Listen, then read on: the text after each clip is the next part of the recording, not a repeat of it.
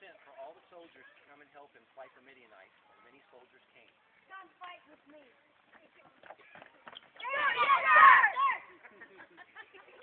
Gideon looked at all the soldiers.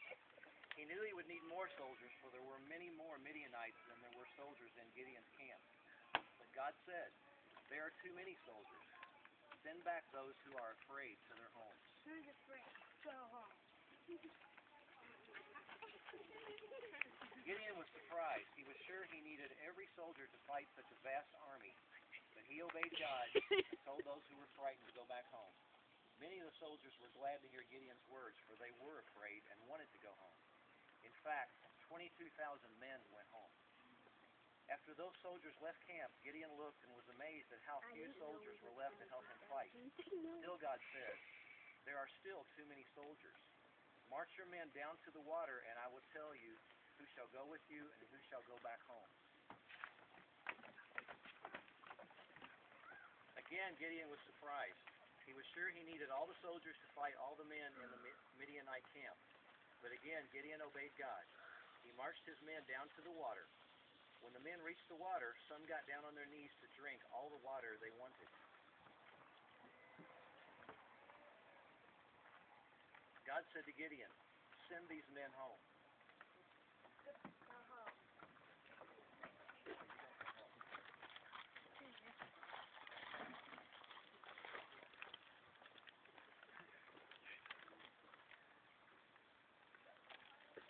Some of the men dipped their hands in the water and drank it while remaining alert and looking around.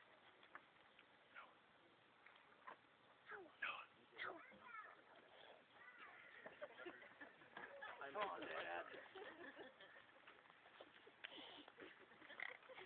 God said, "Take these men with you. These are men that will set Israel free." Gideon obeyed, and after he sent the rest of the soldiers home, he counted to see how many soldiers were left to help him fight. There were only 300. God said to Gideon, "By the 300 men who drank water from their hands, I will give you victory against the Midianites." That night, while the troops were sleeping,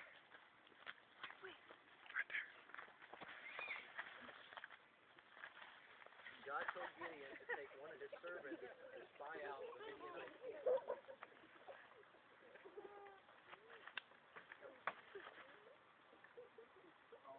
Gideon obeyed and saw that there were more tents in the enemy's camp than he could count.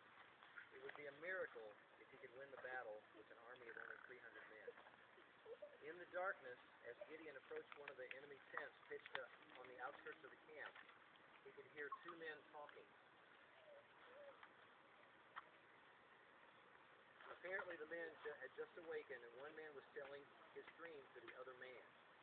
The first man said, "I dreamed that while we were sleeping, a loaf of bread rolled down the hill and smashed our tent." I had a dream about a loaf of bread rolling down the hill and crashing on it.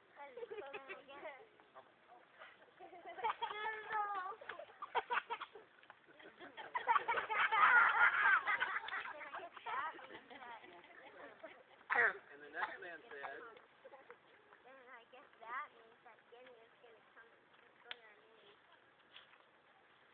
"That means that Gideon is going to come down the hill and defeat our army." When Gideon heard this, he knew that God would help him. He was ready to fight the Midianites with 300 men. He divided the soldiers into 3 groups.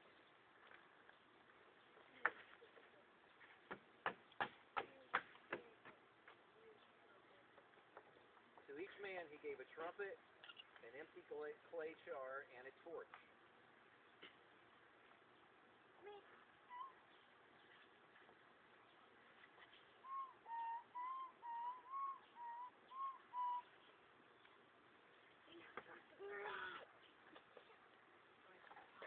He explained, "We will surround the enemy camp on 3 sides in the darkness. When I and my group blow our trumpets, you must blow yours and shout, 'The sword of the Lord and Gideon.'" The 3 groups of the soldiers went to the 3 sides and waited.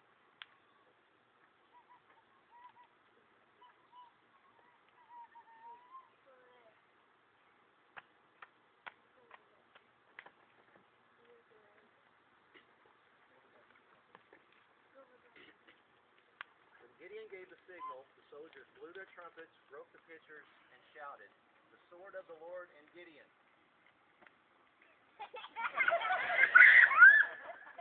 Jump on it. Jump on it. Yeah, shout. The sword of the Lord and Gideon. The lighted torches which had been hidden in the pitchers seemed to light up the whole mountainside.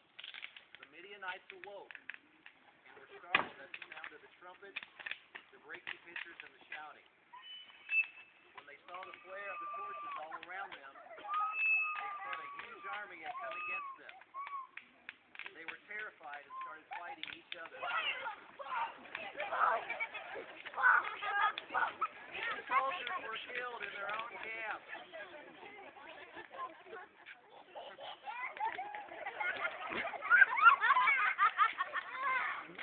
Gideon and his men won the battle because God had been with them and helped them. God doesn't need great numbers of people to be successful. All he needs is one willing person. Like Gideon. After the successful battle, Gideon was the judge in Israel for the next 40 years. When God calls you to do his work, he will give you wisdom to know how to do it if you ask. Good job, ladies.